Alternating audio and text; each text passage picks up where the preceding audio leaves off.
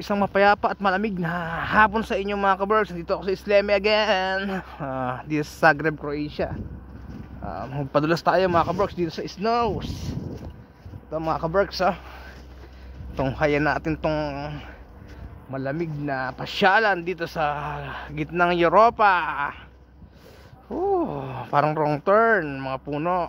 Yan mga kaberks, isa sa mga pinakamagandang tourist destination to pag winter dito sa Zagreb. Nasa mountain top dito sa dito siya mga kaberks. Sarap pumasyal dito. Ay, may ibon pa rin kahit winter. Ayun, makita nyo, meron pa rin palang ibon kulay green. Yeah mga kaberks, ang dami namang kapal ng yellow rito mga kaberks. Buti naka winter shoes ang iyong abangan ng good brother Dondi. Thank you.